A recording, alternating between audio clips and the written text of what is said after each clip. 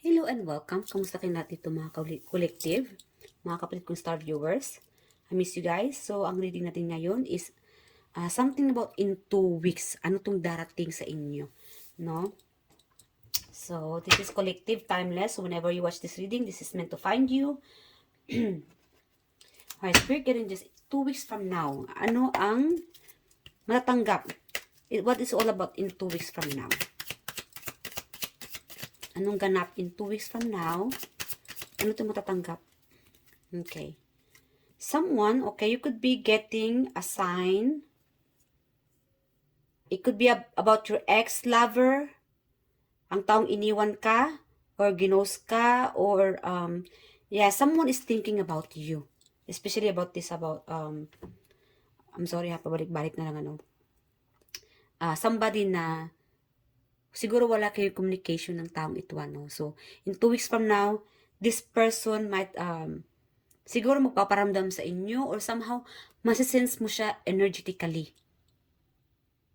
You know, masisense mo siya energetically because this person is thinking about you.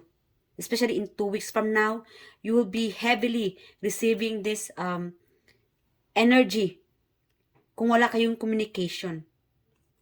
Alright? And I'm also getting like 2 weeks from now, someone is going to approach you, mangliligaw, offer you their feelings. Siguro may I don't know what feelings is this. Could be friendship, relationship, no? Or kasi meron ditong no communication, baka may magbabalik. Ex-friend, ex-family member, ex-lover, ex-coworker. Again, in 2 weeks from now, someone here is coming back, going to talk to you. Kasi meron naman dito sa inyo na ayaw nyo na. Again, malakas din dito yung relationship eh. This could be you've been thinking right now na magkakaroon kaya kami ng communication. There will be a communication. Yung iba dito. Yung iba naman is through energetically. You will be receiving energetically about this person. Been thinking about you. Somehow parang bang lalabas siya sa inyong panaginip or imagination, ano? Napapaisip mo siya. It's because this person heavily thinking about you. In 2 weeks from now, you will be getting the sign about this person, an energetically, or meron din dito na mag-approach sa inyo, mangliligaw, because this person has been planning, making this move, how to approach you, paano ka kakausapin, paano siya mag-express ng nararamdaman niya sa inyo. Because lately, starting today, whenever you watch this reading, this person has been watching you, checking your social media, or, anong tawag nito, spying on you. And again, in 2 weeks, this person is like parang hinihintay niya lang, no? Hinihintay niya lang na magkakaroon siya ng strength para kausapin ka, to approach you. Siguro may mag-apology sa inyo dito, 2 weeks from now. Hingi ng pagpapatawad. Kasi again, meron tong no communication. Alright? Meron naman dito sa inyo na again, energetically, you will be getting this person's energy. Kasi iniisip ka niya. Meron naman dito in 2 weeks from now, there will be an offer. Okay? An offer about a new job, no? Siguro itong taong ito ay mag-offer sa inyo ng partnership related sa finances. So, it's up to you if you want to, if you want to take this offer na mag-transfer, a company, could be a company, no, a boss, mag-offer sa inyo na, hey, collective, naghahanap kami ng kasambahay or naghahanap kami ng call center, stewardess, or whatever you guys do, no? Trabaho. Our company is hiring, so baka gusto mo, no? Baka interesado ka. So it's up to you if you are willing to transfer to another, transaction or a new company. So guys, pakinggan nyo ang inyong instinct, not just about offer, no, sa money. Again, make sure na tanggapin nyo yung offer na inyo na iyon kung karapat-dapat. Kung may talento kayo para dyan, kung kaya ninyo. Kung hindi naman kaya, huwag nyo naman tanggapin. Para hindi masama sa pangalan ninyo. You know what I mean? Okay? Kasi, yeah, this person is just like, sees you na magaling ka dito, siguro nagsusut in sa inyo ang inyong quality o qualities ng or qualification ng hinahanap nila sa inyo, baka nasa sa inyo. So, it's up to you kung tatanggapin mo ba ito in 2 weeks from now, itong offer na ito. Or anytime, no? Anytime in 2 weeks, whenever you watch this reading. And meron naman dito na especially if you are in a relationship with your partner, kung wala kayong masyadong oras, meron siguro ito magsa-celebrate ng, anong tawag nito? Para bang Valentine's Day? Para bang, it's like a late celebration, pero mangyayari ito in 2 weeks from now. Para bang hahabol siya, no? Hahabol itong taong ito na makipag-celebrate sa iyo ng Valentine's Day. Even na dumaan na ang Valentine's Day, this person doesn't care. As long as makakahabol siya, no? Magpaparamdam siya sa inyo, or if this person wants you to feel, or want you to feel how they feel towards you, na mahal ka niya, iniisip ka niya palagi. Of course, busy lang talaga siguro, ano, kaya wala siyang time sa inyo, or siguro walang communication. Again, guys, collective po ito. Kunin nyo lang, guys, kung saan kayo nakakasunod sa reading na ito. Alright, so, yeah. This person is going to talk to you, communicate. Meron naman dito na may magpaparamdam na in a way na it's like siguro nakikita-kita kayo sa isang environment, kapitbahay, sa school, trabaho, para bang ano lang, hindi kayo nag-uusap, so no communication, and this person's been spying on you, and then soon when this person got their strength, no, lakas ng loob, this person is going to approach you talking to you. Hey, kamusta ka? Ano nga ulit pangalan mo? It's like something new or new beginning from this person towards you. Siguro mag-offer ng new friendship.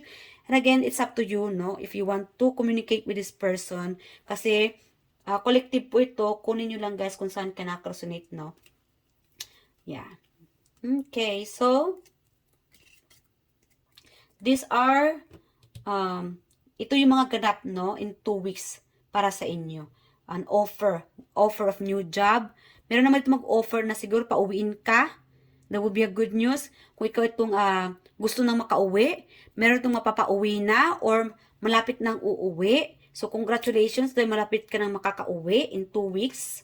Or a letter or a message or communication na something about sa pag-uwi mo. No? So, congratulations guys dahil malapit ka nang makakauwi, kapatid or kabayan. So, ano pa?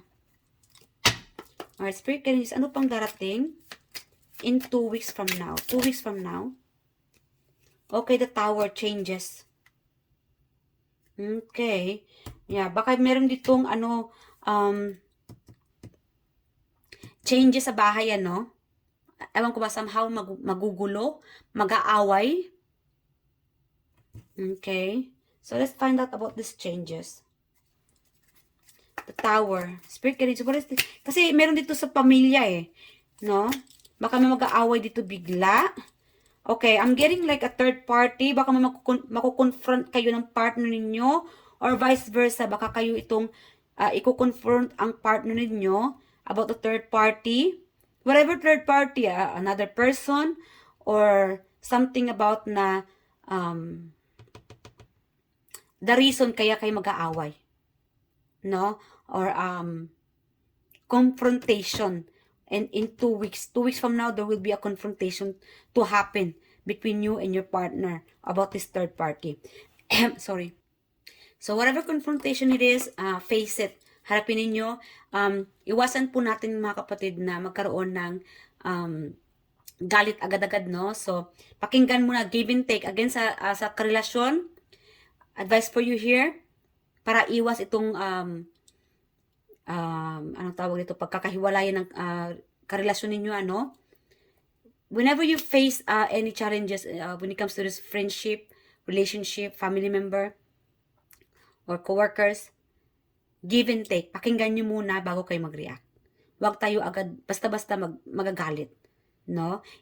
Ano muna natin, isa-summarize muna natin ang sitwasyon. Isipin muna natin yung sitwasyon kung paano tayo mag-react. Hindi yun agad-agad tayo magdesisyon o mag-react o magagalit o bubulyawin yung partner natin o yung kaharap ninyo. No? Or whatever confrontation na mangyayari in 2 weeks. Huwag kayo magalit, huwag kayo matakot. Confrontation is a good thing because you are facing the truth, the answer. Okay? So, yeah, huwag tayong magalit, guys. Huwag tayong matakot. It's a good sign na merong dito mangyaring confrontation para matapos na ito, para mag-end, no? Itong gulo, itong haka-haka, itong pagdududa, whatever it is, no? It's a good thing. Kaya ano pa? Ano itong nag-lift?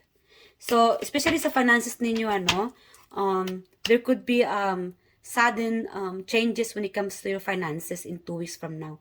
So, siguro, I'm getting like there will be sudden wealth na mangyayari. Guys, affirm nyo ito, sudden wealth. I affirm sudden wealth, mabilisang pera or hatak ng pera sa akin. I am, hinahatak ko ang money energy, no? It's like a, yeah, in 2 weeks, you will be doing like, humahatak ka ng money, no? Or it's like a money energy. So, affirm this or meditate ninyo, no? You are receiving this money or balance. So, your finances in 2 weeks will becoming more balanced when it comes to your finances in 2 weeks from now. So, meron itong changes. Siguro, may bahay na magigiba, relocation, or something about a renovation, no? When it comes to your money sa bahay. Yeah, so your finances will be okay, stable, and your house. So kung kailangan nyo mag-renovate, in 2 weeks from now, there will be changes in yung bahay.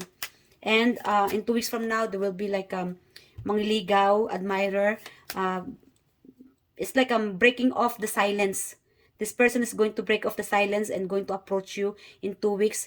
And as long as magkakaroon na siya ng strength, lakas ng loob para kausapin ka, siguro confrontation na to let you know how this person feel. It could be ex, no? Or somehow wala kayong communication, nagkikita lang kayo sa isang environment, and this person magugulat ka na lang kasi the tower is also like magugulat ka na lang, ano, na it's like a sudden, no, na may feelings palang tao ito sa akin. May nararamdaman pala siya sa akin.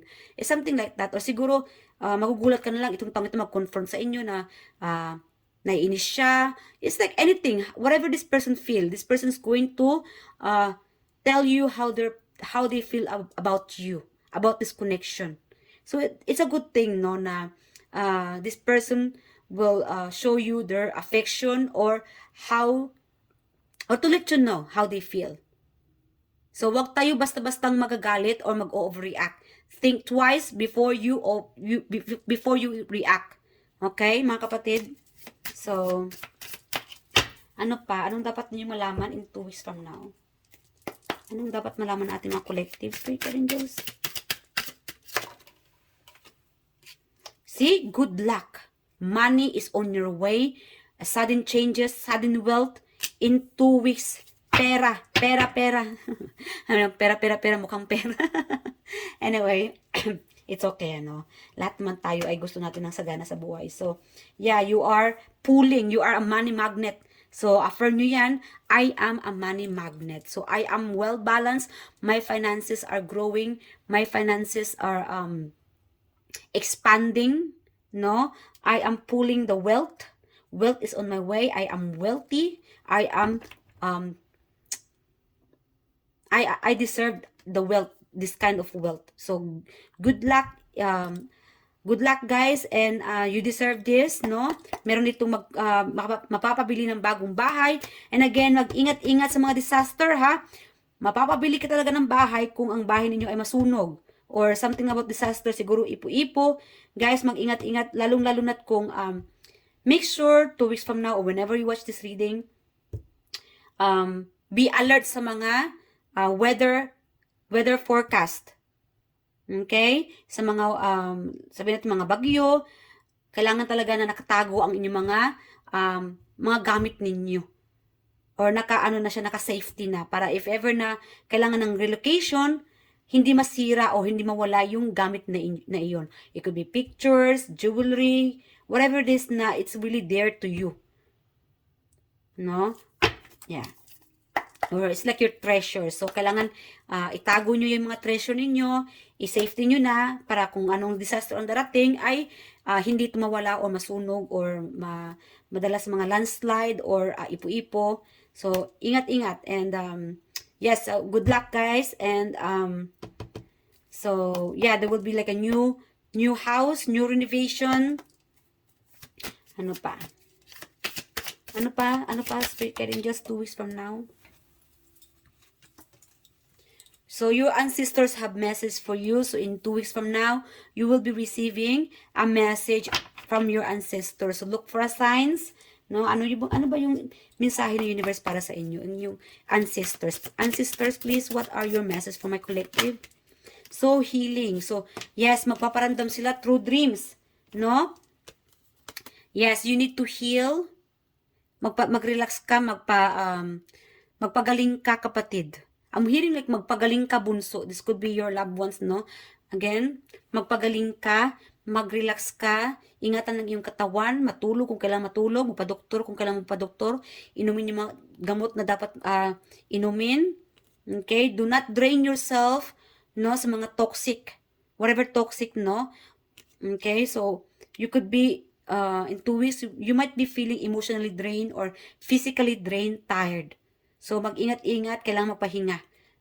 No? So, that's the message for you here. And you have a heart of gold. You guys are very kind, beautiful, loving.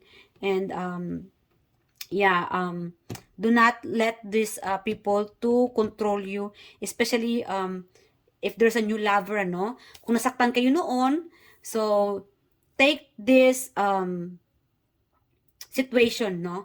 Itong mga pangyayari na nagkaroon ng third party or whatever it is, no, na nasaktan ka, na-betray ka, and there's a new person na darating, it's up to you if you want to take this person, a new person. Ito mangliligaw. It's not because this person mangliligaw sa inyo, itanggapin mo na at masasaktan ka na naman. Again, kasi meron itong pabalik-balik na cycle eh. Kung ayaw mo nang paulit-ulit itong cycle na ito, then learn the lesson from the past. You need to heal. You need to follow your instinct. You need to heal and take care of yourself. Loving yourself. Focus ka muna sa sarili mo. Huwag na muna yung iba. These are the messages from your ancestors. Alright? So, hanggang dito na mga kapatid, sa nag-enjoy ka sa reading na ito. Short message lang tayo dito. Short reading. Sa nakaresonate kayo dito. And please leave your comment below. What do you think about this reading? And good luck, no? Especially, you're gonna be a money magnet for upcoming in 2 weeks from now. This is collective. This is timeless. So, I do hope na resonated sa inyo ang reading na ito. And please leave your comment below about this good luck na darating sa inyo. Your finances will be balance, relationship balance, and overall balance para sa inyo. Emotionally, mentally, physically, financially balance. Alright? So, good luck guys. I love you all and I do hope to see you guys on my next reading. And thank you sa lahat-lahat ng sumusuporta dito sa aking at any of my tarot reading videos or sa aking YouTube channel, The Star Talking Tarot. I love you guys and see you guys next time. Bye!